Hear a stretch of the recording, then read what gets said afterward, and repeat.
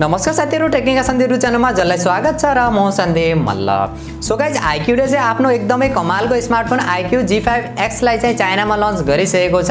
So आज यसैको बारेमा चाहिँ कुरा गर्ने छु, के फिचर स्पेसिफिकेसन देख्न मिल्छ र हाम्रो नेपाली बजारमा कहिलेसम्म देख्न मिल्नेछ र के कति प्राइसमा देख्न मिल्नेछ सम्पूर्ण जानकारी दिनेछु र भिडियो अन्तिमसम्म हेर्नु होला। त्यो भन्दा पहिला चाहिँ यदि आजको भिडियो मन पर्यो भिडियोलाई लाइक गरेर तलपट्टि देख्न सक्नुहुन्छ रातो बटन, त्यसलाई थिचेर च्यानल सब्स्क्राइब गर्नु होला र साथमा रहेको नोटिफिकेसन बेल आइकनलाई दबाएर अल नोटिफिकेसनलाई पनि अन गर्नु होला, ताकि मैले जति पनि नयाँ भिडियो अपलोड गर्छु सबैभन्दा पहिला नोटिफिकेसन हजुरलाई मिल्नेछ।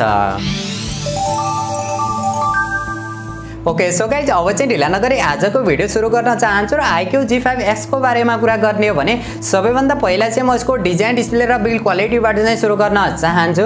6.58 इन्चको full HD plus IPS LCD display 120 hertz का साथ देख्न मिल्छ भने 401 ppi को पिक्सल डेन्सिटी देख्न मिल्छ, 5000 निट को चाहिँ ब्राइटनेस देख्न मिल्छ।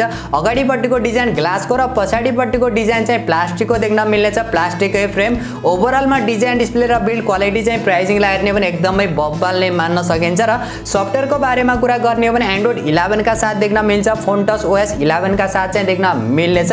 एन्ड्रोइड एक्सपिरियन्स चाहिँ हामीले राम्रै देख्न मिल्नेछ र प्रोसेसरको बारेमा कुरा गर्ने हो भने चाहिँ हामीले यसमा मिडियाटेकको डायमेन्सिटी 900 वाला चाहिँ चिपसेट देख्न मिल्छ। 6 नैनोमिटर फेब्रिकेसनमा बनेको छ, 5G को सपोर्ट पनि देख्न मिल्छ। एकदमै लेटेस्ट प्रोसेसर रहेको छ, 2.4 गीगाहर्ट्ज को चाहिँ पिक क्लक स्पिड देख्न मिल्छ।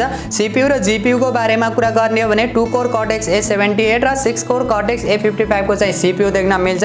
आमले G68 MC4 को चाहिँ जीपीयू देख्न मिल्छ। इनर्जी एफिसिएन्सी र पावर एफिसिएन्सी पनि एकदमै राम्रो देख्न मिल्नेछ। गेमिङका लागि पनि एकदमै बब्बाल नै रहेको छ। LPDDR4X RAM र UFS 2.2 को चाहिँ स्टोरेज टाइप देख्न मिल्छ। रिड एन्ड राइट को एक्सपिरियन्स पनि बब्बाल नै हुनेवाला छ। ओभरअलमा यो प्रोसेसरको बारेमा र यसको गेमिङ परफर्मेन्सको बारेमा कुरा गर्ने हो भने जुन प्राइसमा चाइनामा लन्च भएको छ र जुन प्राइसको हामीले नेपाली मार्केटमा एक्सपेक्ट गरेका छौं त्यो प्राइसिङलाई हेर्ने हो भने राम्रै मान्न सकिन्छ। क्यामेराको बारेमा कुरा गर्ने हो भने हामीले पछाडिपट्टि दुईवटा क्यामेरा देख्न मिलेको छ, जो मेन क्यामेरा चाहिँ 50 मेगापिक्सल, सेकेन्ड क्यामेरा चाहिँ 2 मेगापिक्सलको देख्न मिलेको छ। अगाडिपट्टिको सेल्फी क्यामेरा चाहिँ हामीले 8 मेगापिक्सलको देख्न मिलेको छ। ओभरअलमा क्यामेरा फिचर र क्वालिटी चाहिँ डिसेन्ट खालको मान्न सकिन्छ। पछाडिबाट 4K भिडियो रेकर्ड, अगाडिबाट 1080 पिक्सलको भिडियो रेकर्ड गर्न सकिनेछ। 2 मेगापिक्सलको पछाडिपट्टिको एउटा सानो सेन्सर दिनु भन्दा चाहिँ कमसेकम 5 मेगापिक्सल सम्मको चाहिँ अल्ट्रा वाइड वाला सेन्सर दिएको भए चाहिँ एकदमै बब्बाल चाहिँ मान्न सकिन्थ्यो। क्यामेरा सेटअप पनि एकदमै कमालको चाहिँ मान्न सकिन्थ्यो, तर दिएको छैन।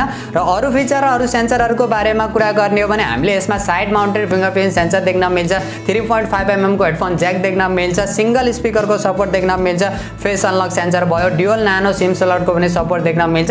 अरु सानातिना फिचर सेन्सरहरु सबै देख्न मिल्छ, जो हामीले Vivo कम्पनीको तर्फबाट देख्न मिल्छ। सबै यसमा देख्न मिल्छ, किनभने IQoo Vivoकै सब ब्रान्ड रहेको छ। ब्याट्रीको बारेमा कुरा गर्ने हो भने 5000 mAh को ब्याट्री देख्न मिल्छ, 44 वाट को चार्जरको सपोर्ट रहेको छ।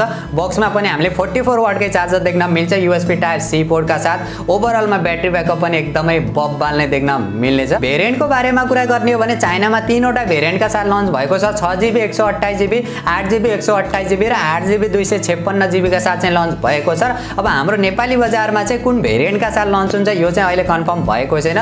जुन भए पनि एउटा मात्र भेरिएन्ट का साथ चाहिँ हामीले नेपाली बजारमा देख्न मिल्नेछ। अब नेपाल लन्च डेट र नेपाली एक्सपेक्टेड प्राइसको बारेमा कुरा गर्ने हो भने IQoo का स्मार्टफोनहरु अहिलेसम्म नेपाली मार्केटमा अफिसियली रूपमा लन्च चाहिँ भएका छैनन्, तर हजुरहरुले यिनीहरुलाई ग्रे मार्केटको थ्रु चाहिँ मजाले पनि पाउनु हुनेछ।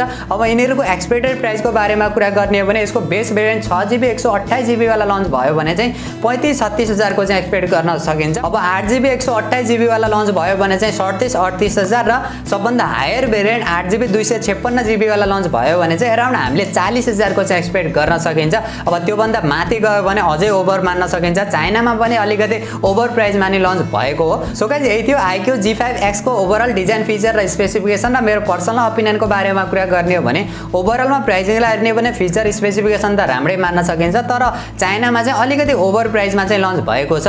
अब यो स्मार्टफोन हाम्रो नेपाली बजारमा अफिसियली रूपमा लन्च चाहिँ हुँदैन। IQoo का स्मार्टफोनहरु अहिलेसम्म पनि नेपाली मार्केटमा अफिसियली रूपमा लन्च चाहिँ भएका छैनन्। अब ग्रे मार्केटबाट पर्चेस गर्दा चाहिँ अझै अलिकति महँगो चाहिँ हुन सक्छन्, तर पनि जुन प्राइसको हामीले एक्सपेक्ट गरेका छौं त्यही प्राइसकै बीचमा पाइयो भने चाहिँ ओभरअलमा एकदमै दामी नै मान्न सकिन्छ। सो हजुरहरु मध्ये चाहिँ कतिजना IQoo Z5x लाई लिएर वेट गरेर बस्नु भएको छ र यो स्मार्टफोन चाहिँ हाम्रो नेपाली बजारमा लन्च हुनुपर्छ जस्तो लाग्छ कि लाग्दैन त्यो भने कमेन्ट गर्नु होला र यदि आजको भिडियो मन पर्यो भिडियोलाई लाइक गरेर तलपट्टि देख्न सक्नुहुन्छ रातो बटन त्यसपछि चाहिँ च्यानल सब्स्क्राइब गर्नु होला र साथमा रहेको नोटिफिकेसन बेल आइकनलाई दबाएर अल नोटिफिकेसनलाई पनि अन गर्नु होला ताकि मैले जति पनि नयाँ भिडियो अपलोड गर्छु सबैभन्दा पहिला नोटिफिकेसन हजुरलाई मिल्नेछ।